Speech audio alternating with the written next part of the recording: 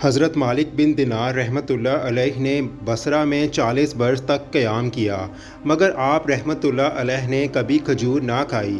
آپ رحمۃ اللہ علیہ فرمایا کرتے تھے کہ میں نے کھجور نہیں کھائی، اور اس کے نہ کھانے سے میرا پیٹ نہ ہی کم ہوا اور نہ ہی بڑھا۔ 40 برس گزرنے کے بعد آپ رحمۃ اللہ علیہ کے دل میں خواہش پیدا ہوئی کہ کھجور کھانی چاہیے۔ آپ رحمۃ اللہ علیہ نے اپنے نفس کو مخاطب کیا اور فرمایا کہ میں تیری خواہش کی تکمیل کبھی نہیں ہونے دوں گا۔ ایک رات آپ نے خواب دیکھا جس میں آپ رحمۃ اللہ علیہ کو کھجور کھانے کا اشارہ کیا گیا۔ آپ رحمۃ اللہ علیہ سے فرمایا گیا کہ نفس کی پابندی ختم کر دو۔ آپ رحمۃ اللہ علیہ نے بیدار ہونے کے بعد نفس کو مخاطب کرتے ہوئے فرمایا کہ ایک شرط پر تیری آرزو پوری کروں گا، تو 1 ہفتہ تک مسلسل روزے رکھے گا۔ چنانچہ آپ نے 1 ہفتہ تک روزہ رکھے۔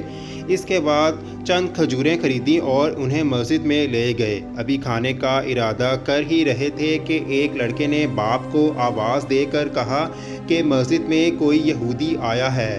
یہودی کا نام سنتے ہی وہ شخص ڈنڈا لے کر آپ رحمۃ اللہ علیہ کی جانب لپکا، لیکن جب آپ رحمۃ اللہ علیہ کو دیکھا تو معافی کا طلبگار ہوا اور کہنے لگا کہ ہمارے محلے میں دن کے وقت یہودیوں کے علاوہ کوئی نہیں کھاتا اور سب روزہ رکھتے ہیں۔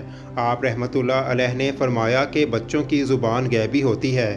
پھر آپ رحمۃ اللہ علیہ نے بارگاہ الہی میں عرض کیا، بغیر کھجور کھائے ہوئے تو نے یہودیوں میں شامل کر دیا، اور اگر کھا لیتا تو نامعلوم کفار سے بھی زیادہ میرا برا انجام ہوتا، لہٰذا میں قسم کھا کر کہتا ہوں کہ اب کبھی کھجور کا نام تک بھی نہیں لوں گا۔